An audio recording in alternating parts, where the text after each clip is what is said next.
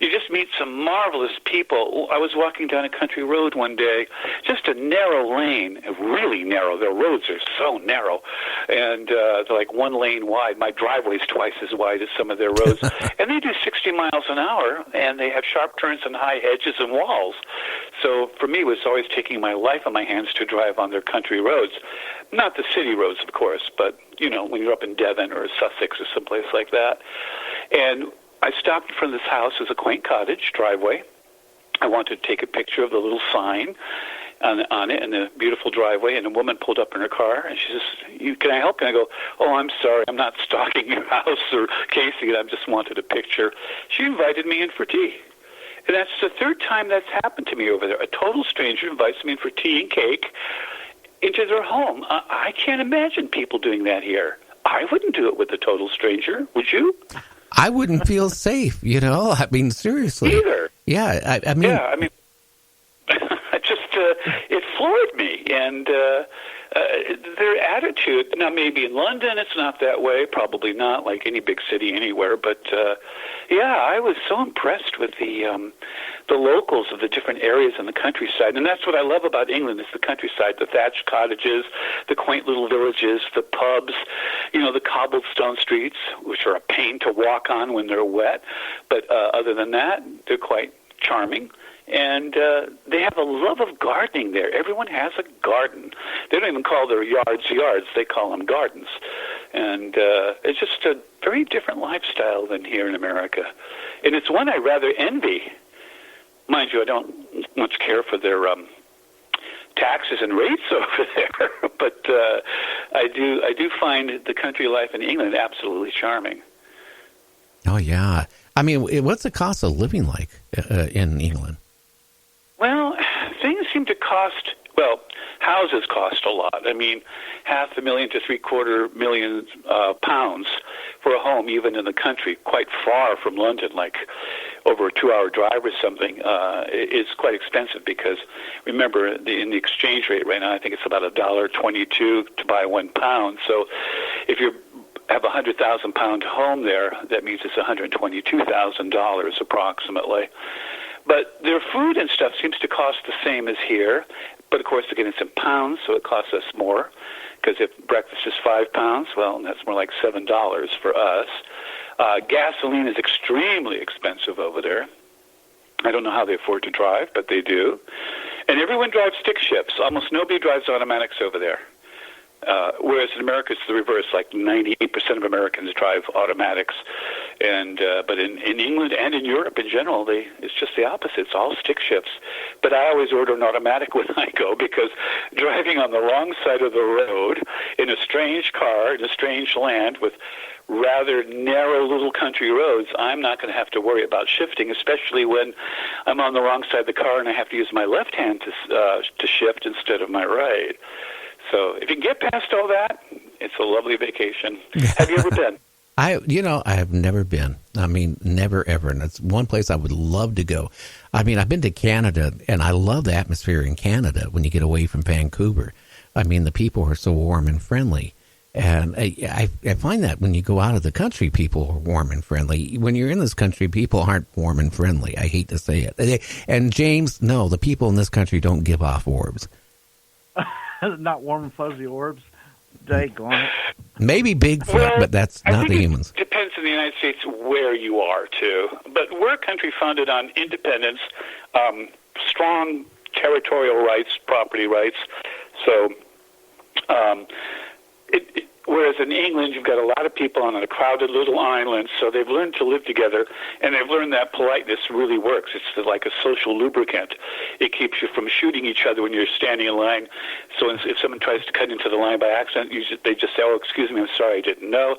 Whereas often in America, each party pulls a gun and fights it out. So it's just a different... it's a different culture, and I find it very admirable in many ways. It has its drawbacks, mind you. I mean, no civilization is perfect, and they are very xenophobic in England and in many of the outside the main cities. If you're from another village, you're a foreigner. And they treat you They like always such. thought I was Canadian. Everyone I talked, I actually got kind of angry at one point. I said, "Why does everyone here think I'm Canadian?" "Well, you sound Canadian." I said, "Well, what exactly does a Canadian sound like?" "Well, like you." So that went around the circle. I like Vancouver. I went to university in Victoria. Oh, yeah. I love Canada. You know, one time I made a trip across country, and I was in Texas somewhere, and I stopped in one of these fast food places, and I said, "Can I order some fish and chips?" And the waitress looked at me, and she goes, "I can't understand because you got a thick accent." And I'm going, "Wait a minute, lady, I don't have an accent. You have that accent." Yeah, the accent. Yeah, that's what I was saying in England. They go, "I really like your accent, Rob." I go, "I don't have an accent. You have an accent." And by the way, the English have an amazing number of accents. Where you are in England, and the accent can change from village to village. I was in Cornwall. It's different from Devon. Devon's different from Dorset. Dorset's different from Sussex. East Sussex is different from West Sussex. So it's amazing how they go about it. They also seem to be a little cut off when it comes to stuff like about UFOs and things. They all ask me about it, and they all want to know about it, but it's like they haven't been following it or anything about it. And the same seems to be true of a lot of other stuff. And of course, I'm always asked about our president, so which I politely avoid talking about when possible. But to them, what's happening here is strange, and to us, of course, we think Brexit is a bit strange too, after they've been part of the European Union for 40 years. So each country has to follow its own path, I suppose. Well, but there is that little bit of cultural divide there, that little bit of difference between our two cultures and civilizations. And when you're in a pub and talking with people, you have to be a little careful what you talk about and what you say. Brexit can become very, very volatile. I asked one couple in a pub one night, we were having dinner, and I said, "What are your feelings about Brexit?" And she told me, she says, "No, we're against it, And then all of a sudden, an old man at another table nearby started shouting about how it was a good thing and Europe was corrupt. And, I mean, he wasn't just raising his voice, he was yelling. Oh, wow. And I looked at the woman, and she looked at me, and I go, "I'm sorry, I had no idea it was this potentially a volatile thing here in England." But it is really quite polarizing, the Brexit thing in England. Oh, yeah. What do they think about our political system here going on in our country right now? What feedback did you get, out of curiosity? Well, I have to be honest with you. It seems like everyone in Europe and in England, no matter where you are anti-Trump. So if you're pro-Trump, you probably shouldn't mention it if you visit England. They like our system. They're absolutely flummoxed as to why this is happening here. They can't understand how it's happening.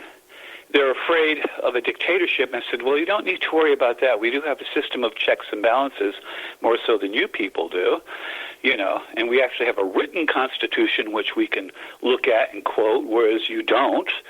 So you keep talking about constitutional crisis over Brexit, but you really don't have a constitution. You just have a history and precedent of what's permissible and what's not." And I said, so we don't have a king or a queen, and so we have a stronger system of the other branches of government. I said, that's not to say that any president can act like a king or a dictator at times if they want to, but I said, usually the checks and balances kick in, and it tends to balance things out in the long run. And I do firmly believe that. Our system's withstood the test of time, excuse me, and England's has as well.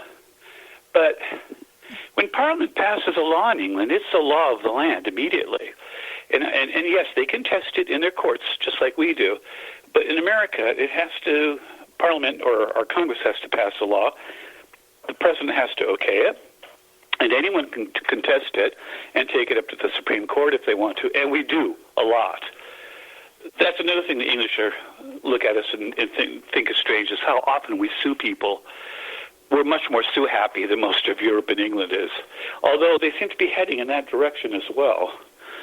And so Yeah, there's major discrepancies between our cultures, but basically I think most people are the same, kind, generous, and loving people. And I think that's true in America. On the street where I live in the country, my neighbors are wonderful people. I'm perfectly happy here. Yeah. How about you? Are you happy where you are? I'm out in the middle of nowhere. I'm up in Gig Harbor, Washington. I'm on my own compound, my own mini farm.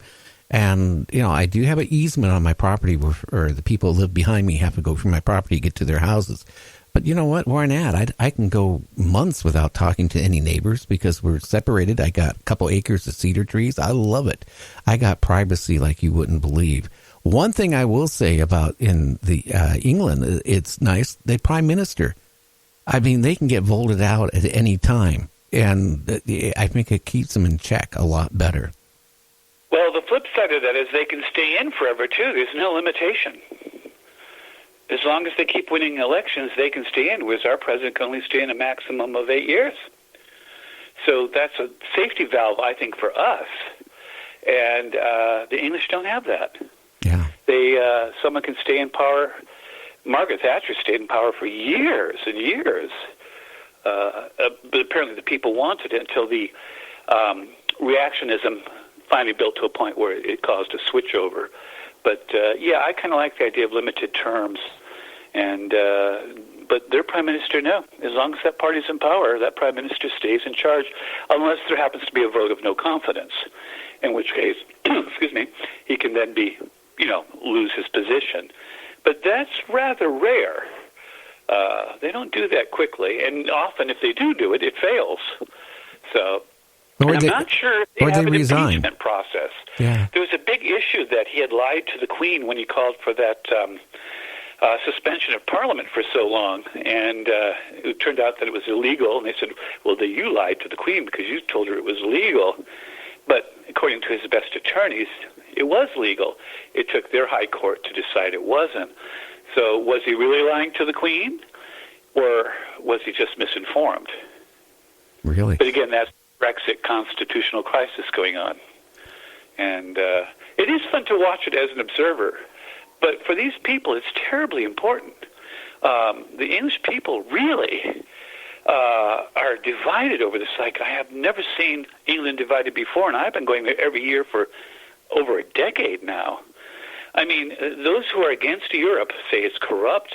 They're sucking up money. They're passing all sorts of laws. England's no longer in control of its own treaties and trade and stuff. They all has to be through Europe, and that this wasn't how it was supposed to be. It was supposed to be a vast common market, but somewhere along the line it became a super country in its own right. And so you have a lot of people against it.